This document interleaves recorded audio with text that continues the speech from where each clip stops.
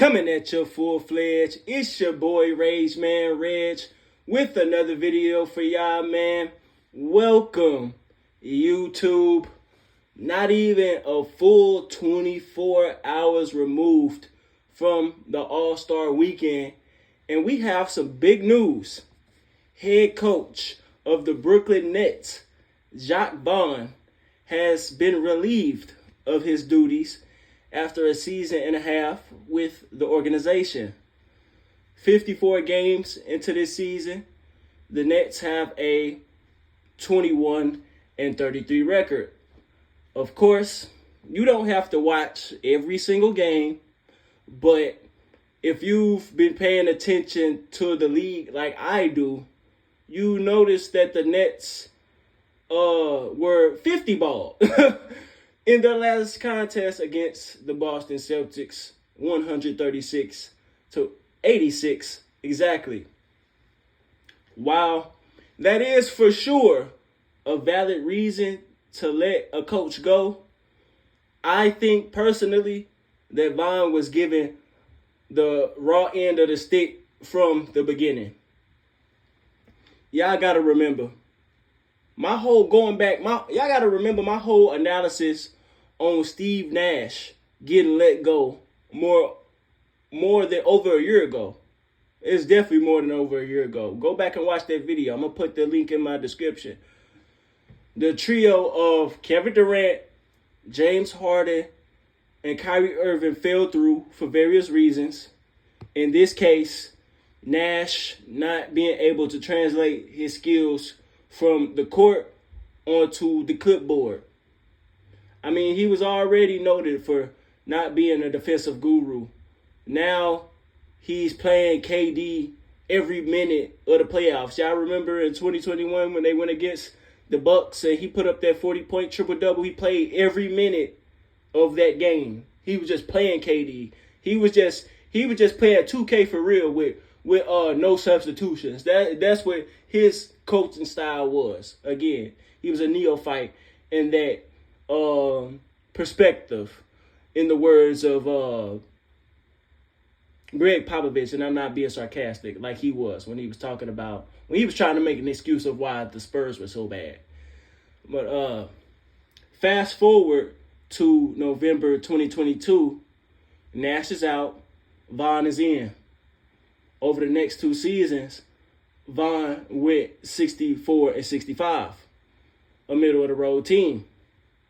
Vaughn also had a 3-year stint as head coach for the Orlando Magic, which he went 58-158. Unlike that 3 years, his 2 years in Brooklyn saw the franchise go from a title contender to a team full of role players who haven't maxed out yet, and Ben Simmons. In the midst of that, the coach ended his first season 45-37, getting swept by the 76ers in the first round. Now, with Dennis Schroeder, Dennis Smith Jr., and again Ben Simmons as your primary point guards, no disrespect, you're going nowhere fast. My thing with the Brooklyn Nets firing Jacque Vaughn is that, again, they are a middle of a road team. They no longer have KD, Kyrie, and Harden as their best players. Instead, Mikal Bridges, Cam Johnson, them boys from the Suns, as well as Cam Thomas are. Not to mention, Vaughn is a replacement for the coach the organization picked at the behest of the big three they didn't have that long. So my question is, what exactly are their goals? Because at this point, while a trade or acquisition could set them up for success, at the same time, that could set them back for years. Let's say they trade away Mikal Bridges, or they trade away Cam Johnson or Cam Thomas, because we know some teams will want them right now, or Dennis Schroeder, or Nick Claxton, all them guys. That could set them back for years. Look at Brooklyn, bro. Look at Brooklyn. That's crazy, bro. They were just the 6th seed last year. They were in the playoffs. Now they're out to play, and again, they got the transition. They took a big turn. The Brooklyn Nets, you could have saw them as a LA Clippers of the Eastern Conference. I've seen, shout out to Chronicles of Judah. He made that comparison years ago when KD first got him. He was saying they is the Clippers of the East. But now, again, they in a retool mode. They're in a retool mode. I'm pretty sure Mikal Bridges is not going to stay there for his career. I don't know what his contract looked like, but that's an all-star caliber player. Remember, he was a runner-up for Defensive Player of the Year. The Celtics went to the finals, 2022.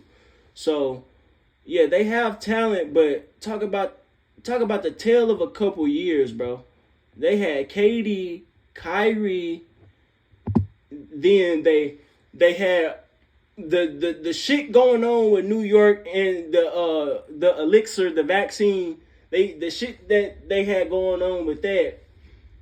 So Kyrie couldn't play. You know they gotta hit on Kyrie, everything he do.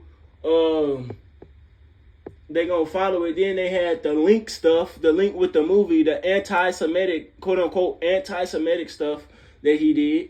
Then you have KD battling injuries coming back from his Achilles rupture in Golden State.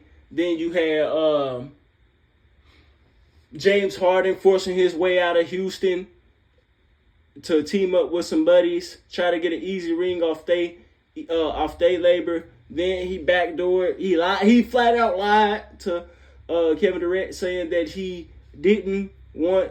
He wanted to stay and he was going to stay, but it ended up being the best for all of them. KD ended up going where he wanted to go, which was Phoenix, to team up with a friend that he's been developing a relationship for some years now, dating earliest to my knowledge, the 2021 Olympic campaign they had. James Harden is hooping with one of the top teams as the point guard for one of the top teams in the West with the LA Clippers. Kyrie is in the midst of a 6-game winning streak with the Dallas Mavericks beside Luka Doncic. They in the play-in right now, but they could actually make it out the play-in. But they're a good team. And this play-in shit again, bro. I say this shit every day. I look at the standings. The play-in should not exist, bro. It makes it exciting for the end of the season, but the play-in should not exist, bro. The fact that the Orlando Magic and Miami Heat have to fight for their play-in contention when the Hawks and Bulls been out the top 8 this entire season is crazy, bro. Like that's just BS, man. That's just BS on in my opinion. And lastly, for the Brooklyn Nets, again, tale of two seasons. They turned a dynamic duo to a super team that could have potentially been one of the greatest offensive forces ever. Then all that just crumbled, and now you're in rebuild mode. Joe Tsai thinking owners run the business, thinking he can just lie to KD and not keep up his end of the bargain and keep KD. Now look at you. The Knicks are better. The Knicks are better than Brooklyn.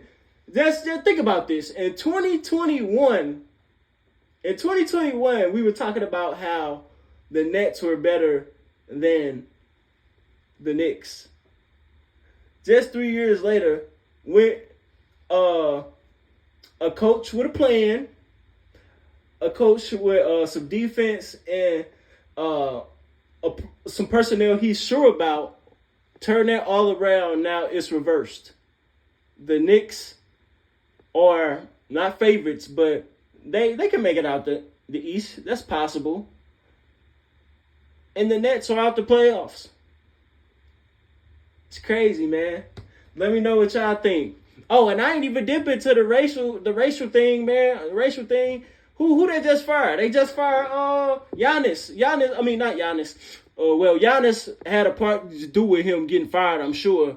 Adrian Griffin, he was what was their record? 30-13, 30-17, something like that. Second team in the Eastern Conference get fired for who? Mediocre ass Doc Rivers. And then they let go of Jacque Vaughn, who was an interim, and then they signed him just to fire him.